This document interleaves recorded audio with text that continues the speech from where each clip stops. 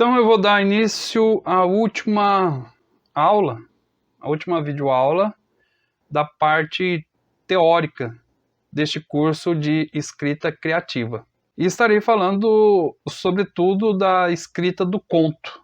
Bom, e a primeira coisa que eu tenho a dizer é que há os dois tipos de contos, o conto pré-moderno e o conto moderno.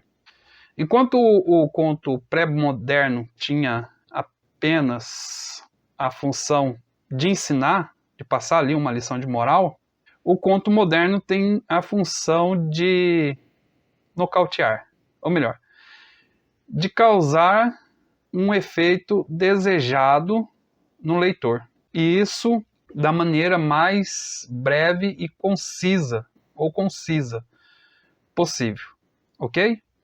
Lembrando aqui que muitos escritores mesmo, brasileiros, que ainda não alcançaram, assim, uma fama. Fique bem claro. Escritores iniciantes que entendem que o conto ele tem que ensinar algo. O conto pré-moderno, antes de Edgar Allan Poe, tinha essa função. Hoje, ele tem outra função, que é causar um efeito desejado no leitor. Então, o primeiro escritor a pensar no conto, um dos primeiros, ou o primeiro, tá? Foi o Edgar Allan Poe. Ele que inaugura o conto moderno. Então, ele começa a pensar sobre o conto.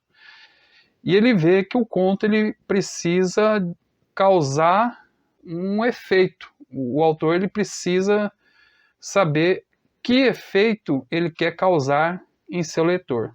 Isso da maneira mais breve possível.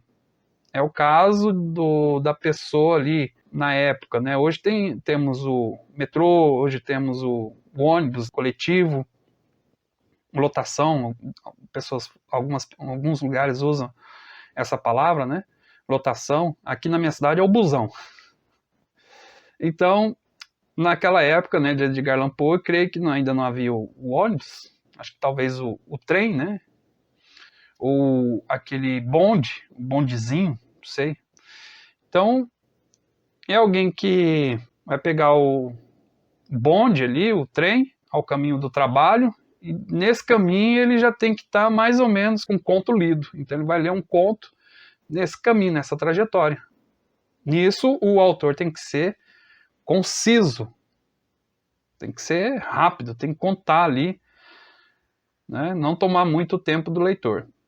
Hoje, mais do que nunca, o contista ele tem que pensar agora já no leitor que pega metrô. Tem que ser mais rápido ainda, porque o mundo está girando a... Depois temos Anton Chekhov, tá? Que foi muito criticado por escrever contos, né? Escrevia romance, de repente apareceu com contos, foi muito criticado no começo, e principalmente por escrever sobre algo corriqueiro, banal. Foi uma crítica muito grande.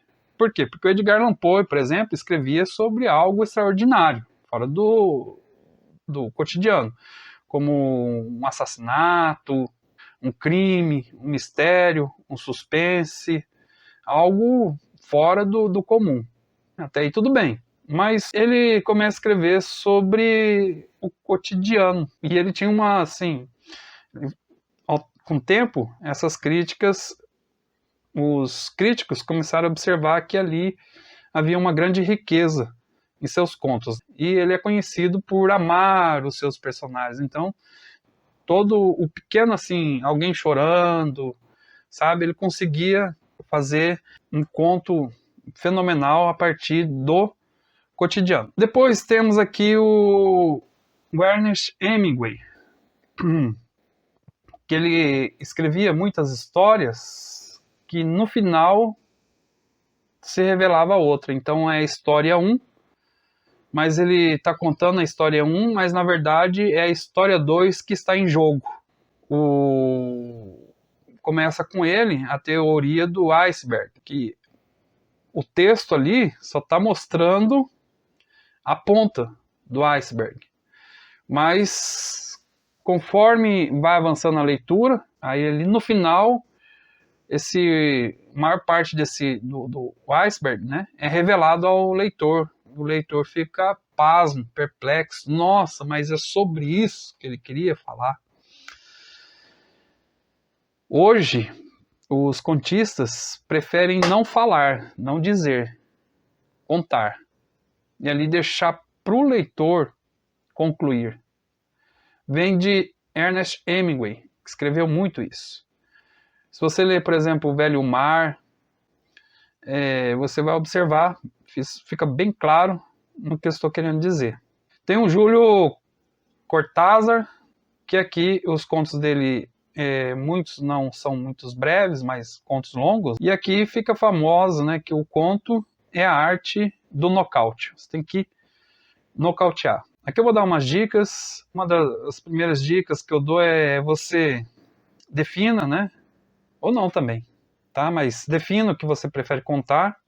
Se você prefere ser um escritor que fala sobre o extraordinário, né? Como vai falar sobre crimes, suspense, uma investigação policial, um horror, tá? Ou se vai contar algo corriqueiro ou algo interior, que acontece ali dentro da pessoa apenas, né? Das suas personagens, como no caso da Clarice Lispector.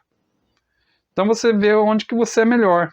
Outra dica, comece a sua história já da metade para o fim, ou já no fim, tá? Um conto, já tem que...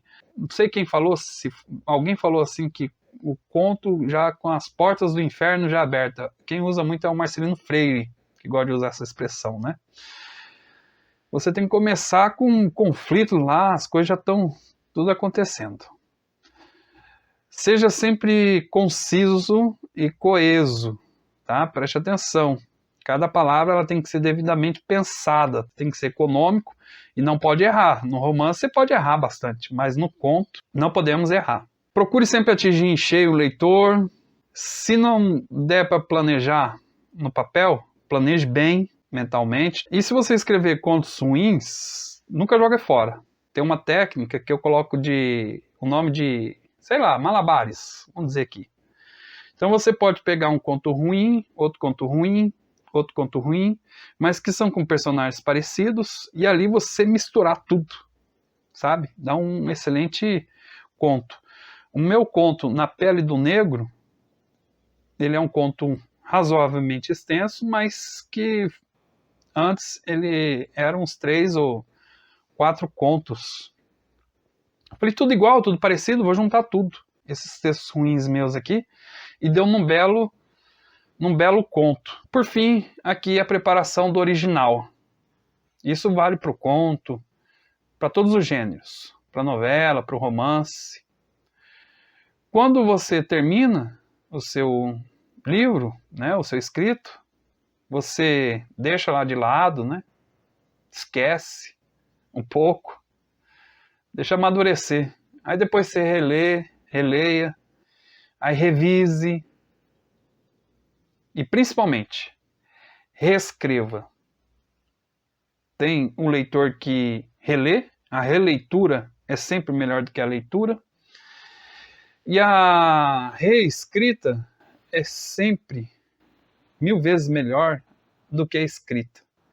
O escritor mesmo, que ele se dedica de fato ao ofício da arte de escrever, que é um artesão, ele escreve e escreve várias vezes, tá bom? Há hoje em dia muitos escritores apressados que vão publicando, principalmente assim, vão escrevendo, não estão muito preocupados com a reescrita.